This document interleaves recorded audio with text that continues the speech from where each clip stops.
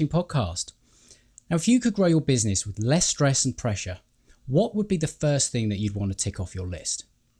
Now, if your answer involved bringing new clients consistently, then this episode is going to be a game changer for you, because we're going to be talking about everyone's favorite method of getting clients: referrals. So every business leader that I speak to, they want and they love referrals. I guess it's no real surprise, because a good referral can lead to a closed sale faster and easier than any other lead. However, even though referrals are by far one of the most effective ways to grow your business, you don't need me to tell you they're not always easy to come by, right? I mean, let's face it, asking for referrals can be pretty awkward, and asking is often ineffective. So what if there was a better way? Well, there is, and that is exactly what my guest today is going to share with you. Now, she's a 3-time entrepreneur and a proud card-carrying member of the Business Failure Club along the way. She's the author of the award-winning book, Generating Business Referrals Without Asking, and host of the Roadmap to Grow Your Business podcast. Now, she's taught her no asking referral generation strategy to hundreds of clients, including well-known corporations such as Bank of America, Mass Mutual, International Minute Press, and Real Living Real Estate. But her focus today is on helping smaller business owners and entrepreneurs. Now, seriously, I want you to forget everything that you think you know or need to do in order to generate referrals consistently, because you're about to hear a simple but contrarian 5-step strategy that you need to follow to generate referrals without asking, without using gimmicks, and without any kind of weird manipulation. So I'm absolutely delighted to welcome my guest onto the Client Catching podcast today, Stacey Brown Randall. Stacey, welcome to the show. Adam, thank you so much for having me. I'm excited to be here. I'm excited to have you here as well, because, as I say, referrals, it's probably one of them, every business owner loves getting referrals, don't they? I think it validates that what they do is valuable, and it just makes us feel good that we've done a good job, and other people love to sort of pass it on to other people. But as we know, it's not always the most reliable form of generating new clients for your business, because not everyone has either a strategy or a real understanding of what a referral is, do they? They really don't. I mean, here's the thing. We've all been taught for decades and decades and decades how to go about getting a referral. But when I actually start unpacking what a referral is and what it ultimately looks like to be able to receive them, we kind of understand how that advice probably hasn't been working for us, or not to the level of consistency and success that we would want. And so one of the first things I always like to make sure people understand is exactly what is a referral. Like, what exactly does that look like? And so I always tell folks a referral has two things that look like a referral, like word of mouth buzz or a warm lead or an introduction, where they'll look like referrals. They're going to be missing one or both of these two key parts that a referral always has. Number one, personal connection. You cannot have a referral without a referral source, sometimes called a referral partner. I call them referral sources. Without a referral source actually making a connection between you as the solution provider, right, as the company, making a referral between you and the prospect, that new potential client. So there has to be a connection made to the prospect. That's where the trust is transferred. That's where we remind the prospect that it's okay, it's safe to talk to this person because someone they trust them, right? And so we have to have that personal connection. And then the second thing you have to have is a need identified. The prospect actually needs to know that they're the prospect, that they're in buyer mentality mode. They have a problem and they're willing to talk to you to solve it. And the reason why they're willing to talk to you to solve it is because they trust the person who made that connection. So personal connection and need identified are the two pieces that a referral must have.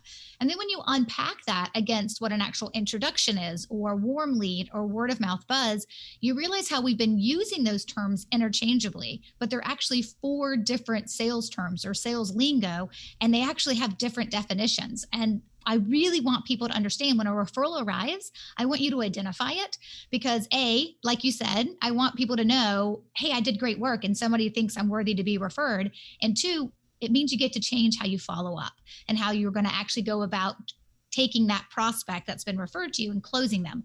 So knowing what they are when they arrive is really important. And then knowing the difference, like, hey, this was word of mouth buzz, not a referral. I need to be able to flip them into a referral. So just, it's it's not just the definition for the definition's sake. It's also then how you get to respond to it that helps make business easier. And I think it is important to actually define what a referral is as well, because I think within the definition, certainly with the one that you gave there lies some of the, I guess, the things about referrals that we sometimes forget. And that is certainly on your first point. A lot of people forget that when you make a referral, there's often a lot of social capital at risk for making that referral, isn't there? And for anyone that doesn't sort of follow along with what I'm actually referring to here, it's think about it this way. If you make a referral, or think about it another way. If you just sort of said to a friend, you should go and eat at this restaurant. It's fantastic. It's just opened up. Not many people know about it. Somebody goes along and eats there, and they have a wonderful experience. You know, they think, oh, brilliant, that's awesome. If you say the same thing, but they go on and they have a terrible experience, they'll be a bit upset, but they'll still be your friend. However, if you make a referral or recommendation for something that has a little bit more, I guess, consequence to it, like it could be an investment advisor or a wealth advisor or someone that is going to manage something, and they've done right by you and you make the referral, but then something goes awry along the way, they will remember the person that referred the person that has caused all the trouble. And there's a lot of social capital in that. Yeah, it's, the reality is when someone's giving a referral, right, they're putting their reputation on the line in the place where someone's going to actually spend money with someone else. And you're right. It looks totally different when it's like a $50 dinner that may or may not be amazing versus the person who's going to manage your money, or the person who's going to help you buy your house as a realtor, or even the interior designer that you bring in to renovate your house, or the architect, or it could be the CPA, right, who's going to manage your taxes every year. Like, there's a lot of different things when we think about a referral where the referral matters more, because of what, as you said, what's at stake. And I usually look at that is because it's no small amount of money, right? When we make the decision to hire someone to do that kind of work with us, that we want to make sure we're making the right decision. And I always tell folks, when someone's making a buying decision, there's two things they're thinking about, even if they don't know it. And the two things they're thinking about is, I don't want to waste my money and I don't want to make a mistake. Because if I waste my money and I make a mistake, right, then I have to start all over again. And usually when we make a buying decision, unless it's purely for pleasure, usually when we make a buying decision, it's because I need to check a box and get something settled or fixed or better in my life. And so that's where the referral comes in. It's so much more important. But I do think you bring up a good point. Every time you give a referral, it's not a guarantee that the situation's going to be perfect on the other side. Right? If you actually truly believe your financial advisor or your wealth manager is the best and they do right by you and you refer them to someone else, right? What you're referring is the idea that they'll have the same experience. But if they don't, you're also trusting that that financial advisor or wealth manager will make it right? And will do their job to the best of their ability and will take care of them to the best of their ability.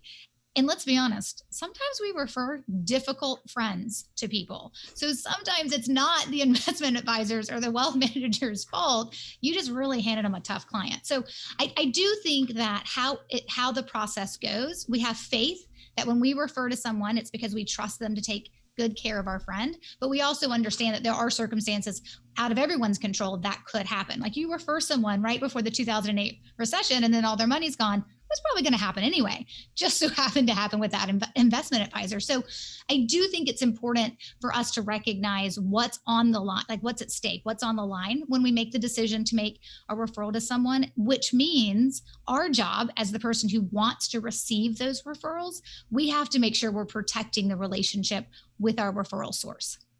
Yeah. And you also bring up an interesting point as well, which it's not something I've never necessarily thought about too much, and that is that you can refer someone that could be the wrong client to a business. And so if you're that business, I guess we all think, oh great, a referral, this will be if it's been referred by someone that I enjoyed working with, they're likely to be a similar type of client and all that kind of stuff. But the reality may not be the case. So they could be really difficult, and you're then sort of in a bit of a funny position whereby it's like, well, I don't want to offend the person that referred and I don't want to offend this person and all the rest of it. So do you advise people then almost have a process for assessing referrals before you even, and a way of dealing with that situation? So I think everybody if they had their choice, they would have a system for exactly every single scenario that could happen. And the truth is, what we're dealing with are humans here. And so we really need to have a process that we're going to follow, but it's not necessarily some type of automatic system in place, because any type of lead that you receive, right? If it's a referred one, it's completely different than someone who came through a Facebook ad or became because they heard you speak at an event or they read your book, right? There is a semblance of I don't know you versus when someone's referred. I mean, they drop into the know, like, and trust factor at the trust side of that equation. And so it's important for us to recognize the relationships and the humans and the emotions, right? The squishy people that are kind of involved in this process. And so what I always tell folks is that if you're getting referrals from a referral source that are not your ideal client, and I don't mean you got one not great referral. I mean, wait, now we're establishing a pattern. Now I've gotten two, now I've gotten three. Maybe they don't know who my ideal client is, right? Some people can be your ideal client and not realize that that's actually what you're looking for. I mean, people just don't think like that when they're doing business with you. We think like that when we're the business owner, when we're the sales professional. We don't always think like that when we're the client of someone else. So if somebody is referring you and there's a pattern of not getting great referrals, yes, absolutely. It's something I teach my students of how do we change the quality of the referral that we're receiving. I also believe that when you are given a referral, and it's one of the other things I teach my students, is that there should be a follow-up process that happens that's almost triggering you at different points along the way once you received a referred prospect, of how you follow up with your referral source. So of course, the first step is always the thank you, right? And that thank you should always be a handwritten note that you actually handwrite, right? That you don't hand off to someone else or to a third party, right? And so there's always the thank you for that referral. But then if you're following up through your sales process with your referral source about how it's going, and I don't mean you need to be giving any confidential details, right? Like that's inappropriate, but just like, hey, we're meeting next week, I'm very excited, or hey, we met. If you can be the first person to deliver the message to the referral source that it's not a fit, you're going to mitigate any kind of instances where there's any type of hurt feelings or confusion or doubt. And so if you have a process for how you follow up with your referral sources after the referral's been received, then you're going to be the first one typically that's going to be able to deliver that message of, hey, thanks so much for referring so-to-so to me. I'm just so bummed out that I couldn't help them. Here's why, right? Managing confidentiality issues, but here's why I'm not able to help them. As long as you're managing that message, it typically doesn't go any further than that. But that means there's two things there, right? It's the how do you follow up with your referral source so that you can manage the message? And of course, if you're not getting the right type of referrals, how do you change the quality? And I tell my students in my Growth by Referrals program, I'm like, listen, these are two skills you have to get yourself to the referral ninja, which is what we call them, referral ninja master level. So there's the concept of getting referrals, right? Like we all want to get referrals, right? So there's a concept of getting referrals. And then there's the nuances behind making that process and system really work for you and knowing how to troubleshoot different scenarios that'll come up that'll get you to the master level. And I think that there's something in there that is, again, I don't think we always necessarily think of straight away. And that is, it's almost like it's your responsibility as the business that are getting referrals to educate the people that are your referral sources on the right type of person that is going to make a good referrer, a referrer or referral, right? Because if you're not sort of telling people, right, these are the type of people that I can help the most. This is the kind of person that I really enjoy working with, I can get the best results with, and all that kind of thing. And whether you do that at the beginning or, as part of your process, or once you've got a referral, and it's not the right person, if you then go back and do exactly as you just said, A, it's just good manners, but B, you're also strategically sowing seeds for the next one so that they are actually the right type of referrals that the next person would sort of, that person could potentially refer to you. So I think there's a lot in there to sort of think about. And I think a lot of the time people sort of just think, oh, referrals, I'll wait for them to come in, or, they're quite reactive, or they'll do a bit of the asking, as we've said, but it's actually a lot more in depth than people really think about. And there's, as we sort of touched on ever so slightly. There's a lot of psychology involved. There's a lot of social dynamics that's involved in referrals. But I know what you've done, and I mentioned it in the intro, is you sort of boiled a lot of this together in a bit of a sort of 5-step process to really help people understand, I guess, the way to go about doing this properly. And I know everyone who's listening is going to, is itching for me to get to the part where we've like, right, okay, how do I get referrals, but without the asking bit? So why don't we sort of go through what those sort of 5 parts of your process is, and then explain a little bit about how the whole without asking thing happens.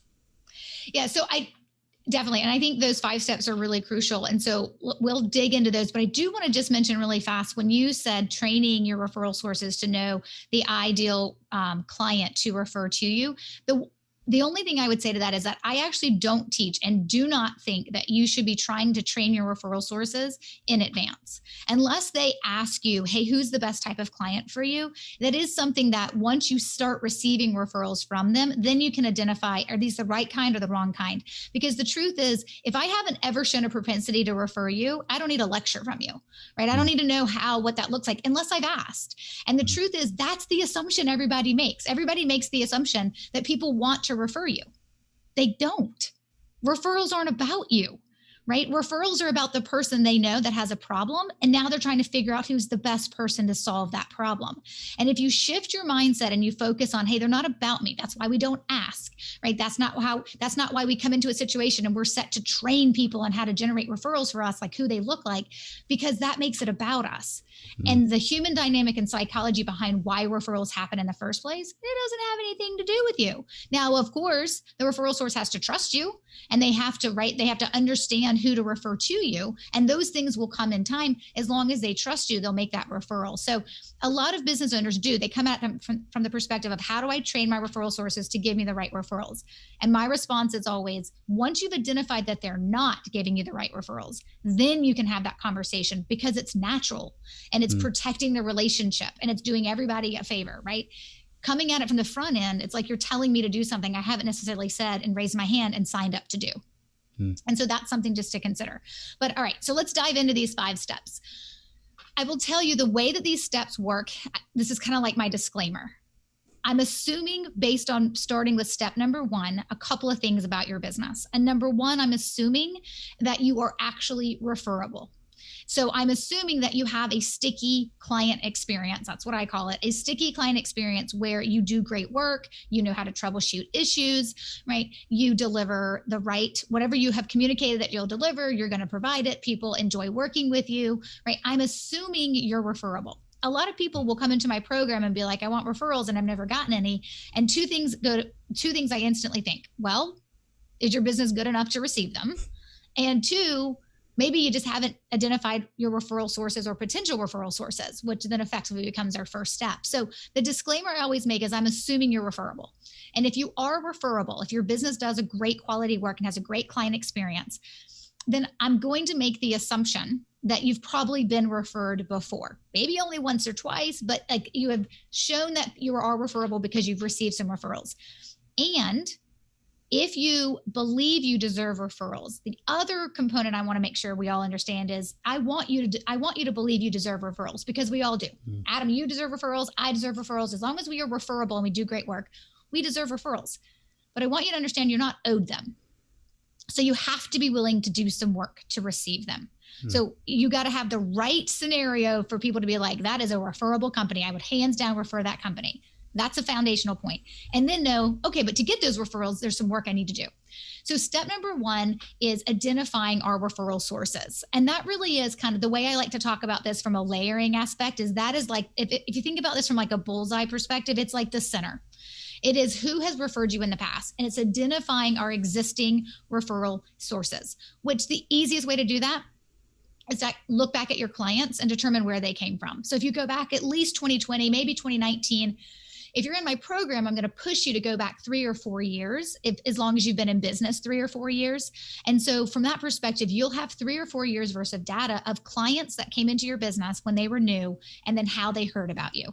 And you're going to have lots of different types of sources. Maybe it's advertising, maybe it's sponsorship, maybe they met you at a trade show, maybe they came in through a cold call or a cold email, maybe you met them through LinkedIn. And then I'm assuming that some of them are also going to have been referred to you. And when you're capturing that they were referred to you, I want you capturing the referral source's first and last name. So it's a really simple process, particularly if you have this information saved somewhere like in a database or a CRM. You can push a button usually and a nice report will shoot out. It'll say, hey, here's your clients over the last 3 or 4 years or 1 year, whatever it is. And then here's where they heard about you. But that means you were tracking this information to begin with. And lots of folks, when they start, they're like, uh-oh, I have not been tracking this information. And so I'm like, well, then you do this process we call walk down memory lane. It's not very fun. This is not the sexy step of the process. This is actually where you got to get into your data. You got to figure out based on email threads or calendar appointments, or maybe in their file when they were a prospect, you have information about how they told you that they first heard about you. And you got to go back and you got to compile that information, which means it may take you a little bit longer. But here's my guarantee for step number 1.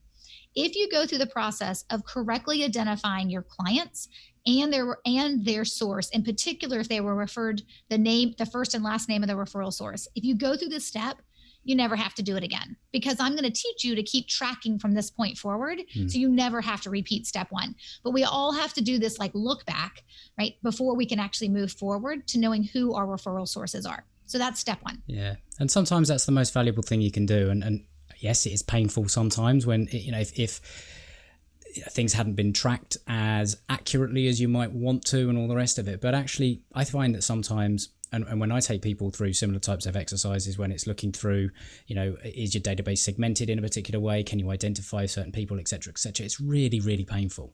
Really, really painful. But sometimes, the majority of times, actually, I find that simply going through that exercise and the pain of that exercise, it means that you do not repeat it. And as you sort of rightly there say, it's like I then train you, you only have to do it once so that you're tracking things again. But sometimes we have to go through that to realize how I never want to go through it again. So it's yes, a really valuable thing to do. And it's something that, anyone can do literally right now. I mean, even if you've, got a really bad tracking system or anything, you can probably just think through it in your mind and make a note of some names and maybe think, okay, right, I'm just going to sort of note those and all the rest of it. But I just think that I get worried when someone sort of hears something, it's going to be hard and all the rest of it. Yes, it will be. But my God, it will mean that you do not do it again, and it sets you up for, it kind of sets the proper foundation that you need for, whatever it is that you're going to do, in this case, referrals.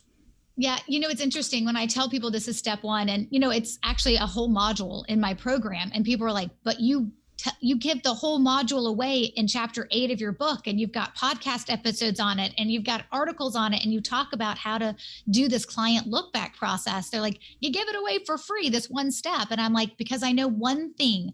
If I know anything at all, and I like to think I know a lot of stuff, right? But if I know one thing, I know that if you will go through this process, you have a better chance of actually continuing and getting serious about really bringing in more referrals to your business. If you can't go through this step, if you can't make the time to go through this step to identify who your referral sources are, what I teach you after this, it's irrelevant. People are always like, what do I do to get more referral sources? Like, what should I be doing for my referral sources? What does it look like to get more referrals? And I'm always like, that's a great question. It's not the right first question. The right first question is, who am I going to be doing stuff for? Because that will inform ultimately what you end up doing. And the truth is, when you go through this step, not only are you going to identify your list of gold, who your referral sources are, which I believe is your business's biggest asset. And typically, if you would just take care of the people who've referred you before, you will find low-hanging fruit of referred clients coming into your business. Like, this is not complicated. But the other thing this does is it lets you know, wow, I've got people on my list that have referred me, and I haven't talked to them in 9 months or a year. Or I've got people who are not on my list that I spend all this time with thinking they refer me, and they don't. Or you look at the list and you're like, wow, I don't have a lot of referral sources.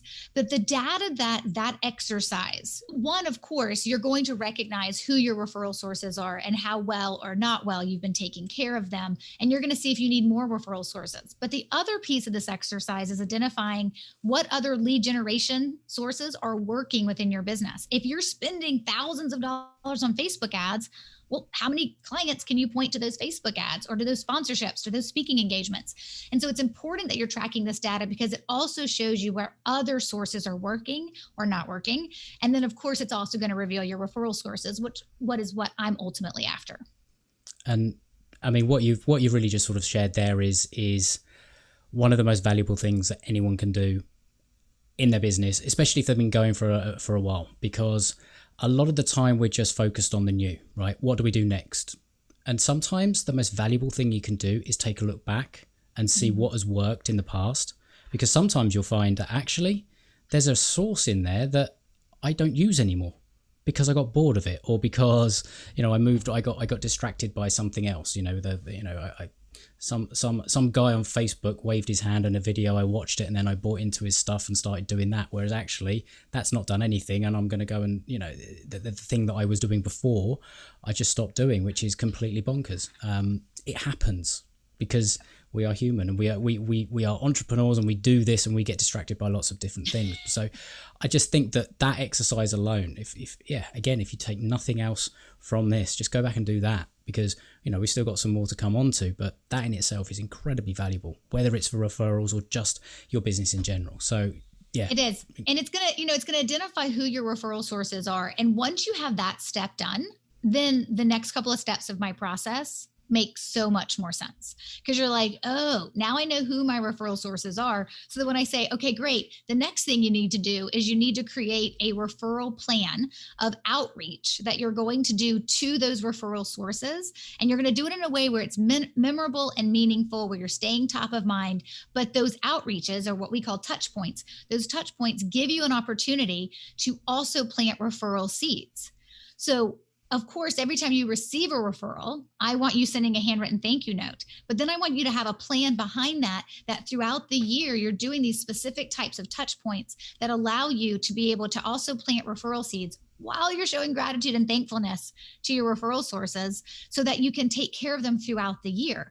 So the way I like to teach it is, yes, step 1 is a standalone step by itself to identify your referral sources. But step 2, 3, and 4, they really work in concert together, which is you've got to have a referral plan, which is a planned outreach and I tell folks, we plan these things for 1 full year, right? And then we wash, rinse, repeat every year, and shifting and tweaking what we need to. But you want a way that you know you're going to be memorable and meaningful and taking care of your referral sources, that keeps you top of mind while you're also delivering referral seeds, what we call planting referral seeds. So it's just kind of how your referral sources start to think of you, right? When you're telling them also thank you and showing gratitude for the fact that they refer you. And then, of course, making sure that every time they send you a referral, you're sending a handwritten thank you card, because it makes the whole impact piece work together. It's not only am I trying to take care of you to get more referrals, I'm also going to show thankfulness when I get one from you with a handwritten thank you note. So really, step 1 is identify your referral sources. Step 2, 3, and 4 are have a plan, know how to write a thank you note, and know how to use the right language when you are delivering on that plan.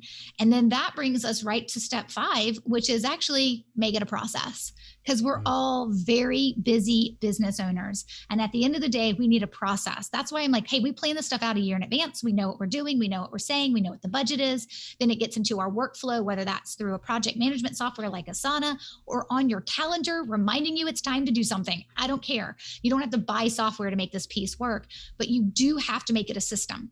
So that way you'll execute on your touch points throughout the year. And most folks, I tell, will fall between 4 and 8 touch points in a year. But the truth is, the majority of folks really need 6 to 8 to have the impact we want. But if you think about it, 6 to 8 touch points in a year that you're going to make into a system, get it part of your workflow so you do it. We're not doing something every day. We're not doing something every week, and we're not even doing something every month. But when we do something, we're doing the right things that shows gratitude and thankfulness to our referral sources and gives us the opportunity to plant referral seeds. So that's how they continuously think about us. And yeah, 6 to 8 times a year. I mean, that's not even once a month. Right. And, you know, how long is it going to take necessarily to do all of these things? I'm assuming not, you know, they're not going to take weeks. They're going to take maybe a few minutes on some of them, maybe an hour or so on some of the others. It just depends on what it is that you're doing. But if they are going to generate additional, you know, if that effort is going to generate additional referrals and revenue for your business, then that's it's a smart investment. And as you say, if you can process it, so you know that over time when you do a few more of these, it becomes easier to do, and I find that it is really just the remembering to do it for the majority of people. Why is it that, right? Why is it I've got these amazing ideas. Yeah. Now I just need to actually do them. Like, and that's always Absolutely. the issue. And here's a great statistic you'll love. We started tracking this stuff with the students in the Growth by Referrals program. Once they went through the program, once they identified their referral sources and had their referral plan built, how much time did it actually take them to execute on those 6 to 8 touch points in a year? And the average is about 24 hours in a year. 24 hours, a full day, right? And it was spread out over a year. Now, of course, that number increased if they had more referral sources, and that number was smaller if they had less. And the things that were that took the longest is anytime they actually had to do anything handwritten, right? Because some people really dread that. So they put it off and it takes them longer. But I mean, the truth is we're talking about 24 hours on average. It's not perfect for everybody over the course of a year. Even if you brought in 1 or 2 more referrals, depending on what your average commission or revenue is when a new client starts in your business, it's worth those 24 hours. Yeah, because just think how I'd love to see a statistic as well, like how much time people spend watching daft videos on YouTube or Facebook or the rest of it. If you put it into context against that kind of thing, 24 hours over a year is nothing. It is literally nothing. And the leveraged impact that it can have on your business, that 24 hours to me is a no-brainer investment. It took me longer to binge watch all 7 seasons of The Blacklist. So definitely you can do this to grow your business. Absolutely. So, I mean, it's kind of like there's a lot of common sense in there. There's a lot of, right, okay, well, that makes sense. I can almost hear some people going, right, okay, if I've got some referral sources, that's fine.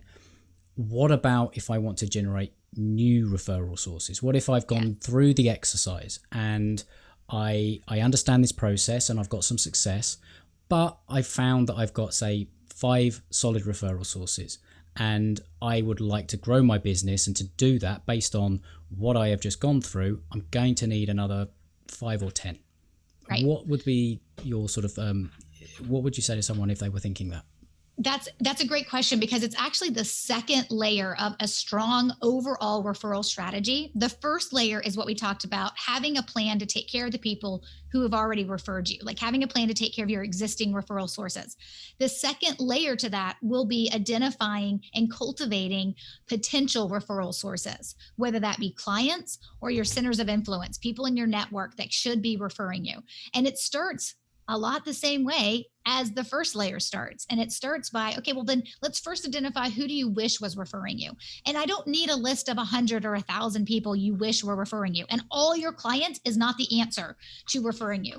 But I teach a process, and we actually have some podcast episodes on this. I think we started episode 89 when we dove into a 3-part series on identifying referral sources.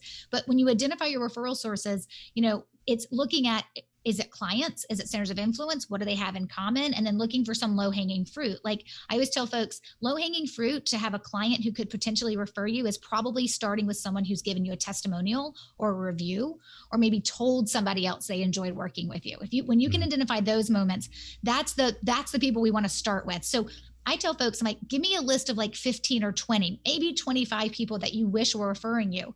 And then the process I teach, once we identify the right people, and you will not get it 100% right. Some people you wish will refer you will never refer you, and it'll be okay, right?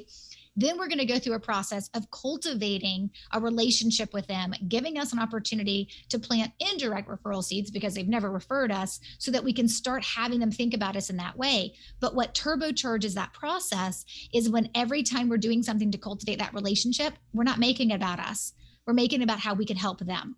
And we leave every interaction thinking to ourselves, what can I do to help them? Because when you help somebody, that's when you actually impact them and have them remember you. And for most people, they do usually want to reciprocate and figure out, how can I help you? And it may not be in a referral, which I know is ultimately what we want. It may be in another way that's just as good, but it is a process we go through of identification and then cultivation and then using the right language until they give us that first referral. And then guess what? we already have a layer built for that. We have a strategy built for that. When, hey, you've referred me even once, I'm going to drop you into my referral plan that I'll activate throughout the rest of the year. And I think that's something in there as well that not a lot of people always necessarily consider, because the word referral, I think most people think, oh, well, if I'm going to get a referral, it has to come directly from a client, somebody that has actually worked for me. But you then refer to what you call the center of influences. And I think that is a huge opportunity, because not everyone, like if you work with a few clients over a year, that's going to limit your referral sources, right? If you're a business that doesn't need, hundreds of clients and you have big contracts, for example, then, a handful of clients, that might be a bit difficult. But if you then cultivate relationships in a different way with the center of influences that you described there, that opens up the possibility for almost infinite referral sources. And I think a lot of people miss that when it comes to referrals. Do you find that? Yeah. So I always tell folks there are different types of referral sources. The two that matter, the two that we spend our time and our energy on, are clients and then centers of influence. And the way I define center of influence, it's not the hundreds or thousands of people you know in your network. It's not everybody you're connected to on LinkedIn or on Facebook or on Instagram, right? Your centers of influence are people who know what you do. They're very clear on what you do, right? It's not like you're a CPA and they think you're a realtor, right? They're very clear on what you do. They don't do what you do. So there's no competitive overlap.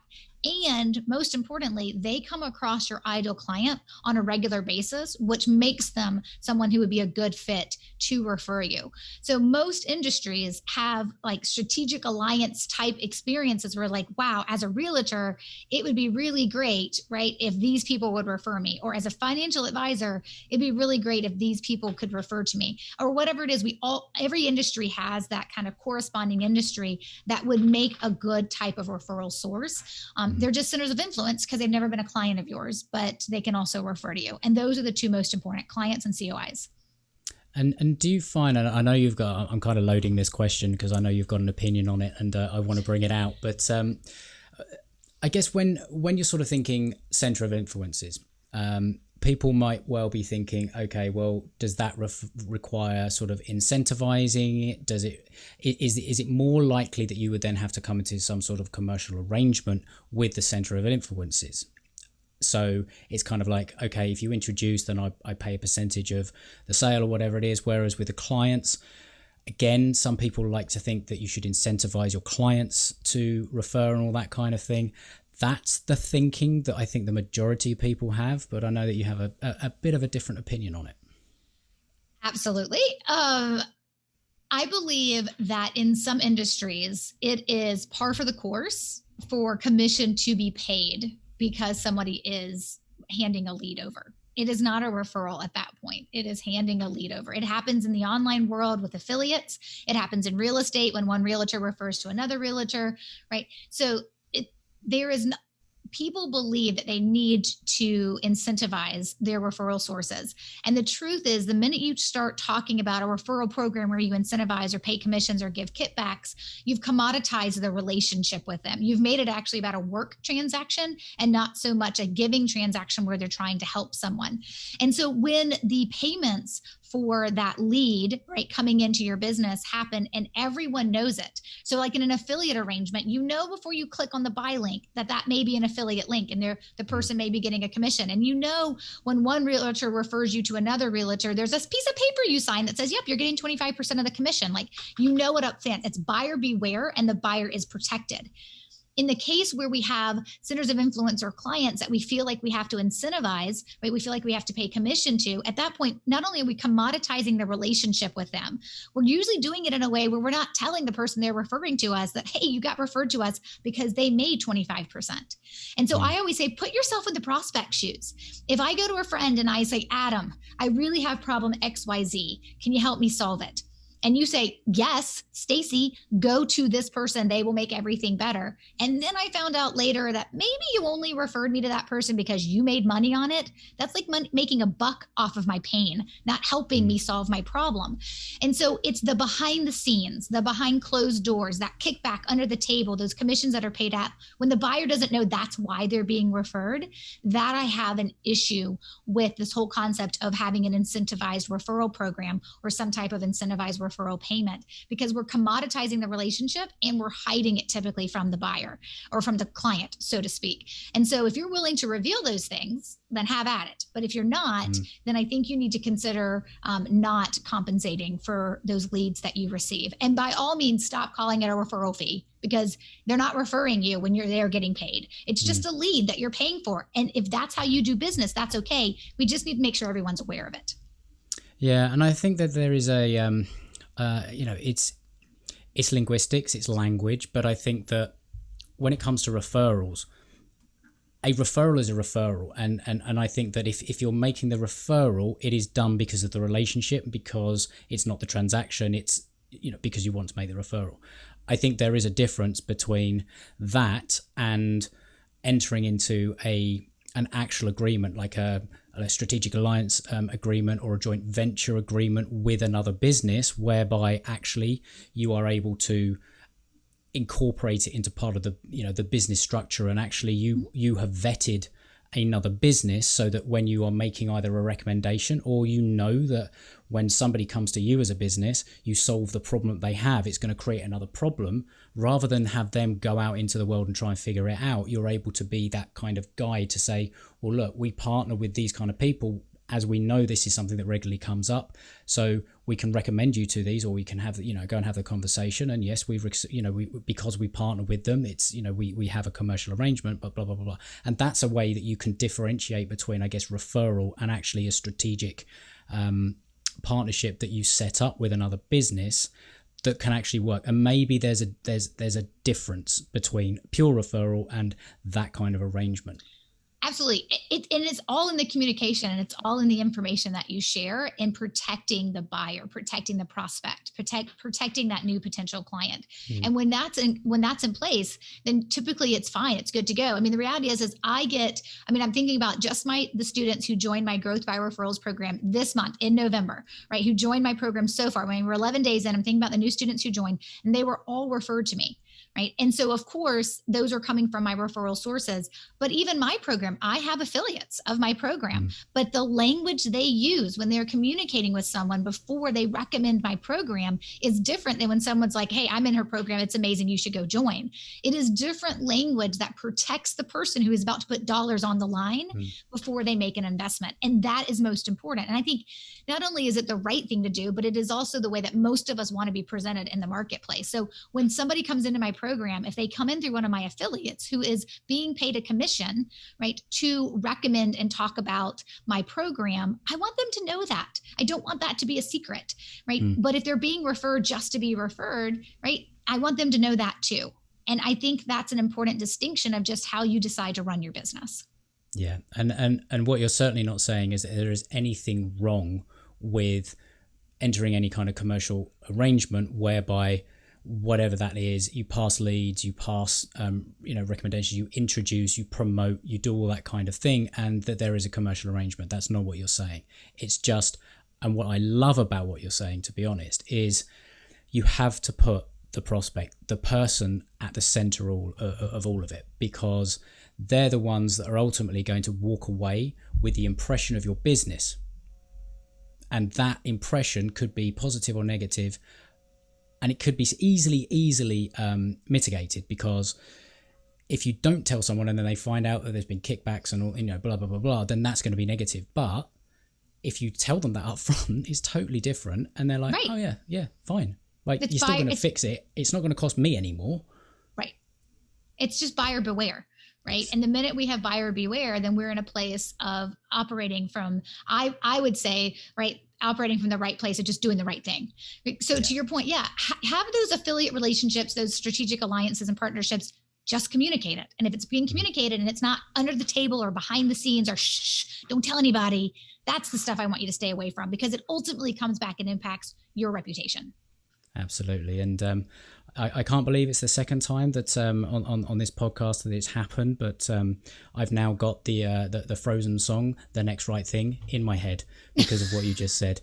It's the second time that's happened now, and I think that's a good thing. And for anyone that hasn't got a clue what I'm talking about, you obviously don't have kids under the age of like 7, and it's kind of like, it's a good way to think about it. like if you want more referrals, it's about, well, how do I do the next right thing by the people that are already referring me? Or how do I do the next right thing by my client? How do I do the next right thing by the center of influences that I have that will, either encourage them or just make them feel that they can add value to other people by referring you.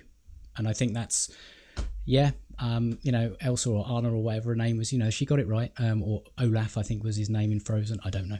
But I spend too much time with my kids. I don't know, this lockdown. I couldn't spend too much time with my kids, not at all. So without going off in too much of a tangent, I've found this incredibly valuable. And I know that your time is running out. So I would like, first of all, how would somebody sort of find out a little bit more about what you do? Where is the best place to start? And then what is it that they can move on to if they want to? I mean, you've mentioned your program, for example, but just sort of explain the kind of people that you help and how you help them. Sure. So home base is my website, StaceyBrownRandall.com. Stacey does have an E. I know you'll probably link to it correctly in the show notes, but I always get folks with that E in Stacey. But that's my home base where you can find out all the resources that we have available. But I always tell folks the best place to start is actually, I mentioned it really early on. It's that concept of what level of a referral ninja are you? And we actually have a 9-question quiz. It's really simple. It's free. You can take it. It will take you a matter of seconds or minutes. And it's 9 questions to help you figure out, okay, where are you starting from when you're trying to become that referral ninja master, and what level are you at? And so you can take that at referralquiz.com. Just go to that website and actually answer those 9 questions and you'll get your results. And then of course, for the people who come in at the beginner level or the in-training level and they're not quite at the master level, obviously we have our program Growth by Referrals, and it's a great starting point for people who want to become a referral ninja master. But the best place to start is figuring out where you stand. Where are you? And that quiz, the Referral Ninja quiz at referralquiz.com, is really the best place to start.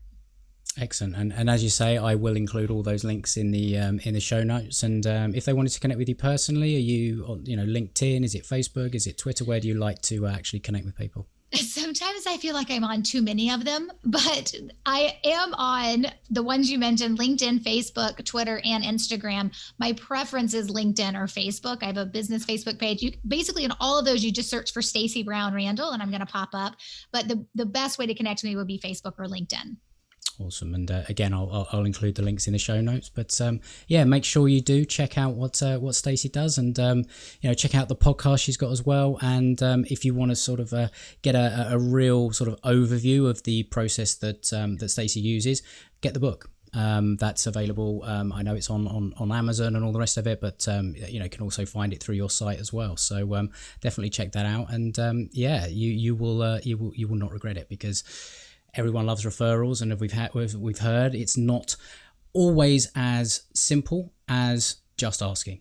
So let's try and do it without asking a little bit more. So Stacey, I've enjoyed the conversation, even my tangents on going off on Frozen, but I'm not going to keep going on about that. Thanks ever so much for joining me today. It's been really good to pick your brain, and I've learned a few things about referrals that I hadn't necessarily considered before. So thank you ever so much for that, and all there's left to say is happy fishing.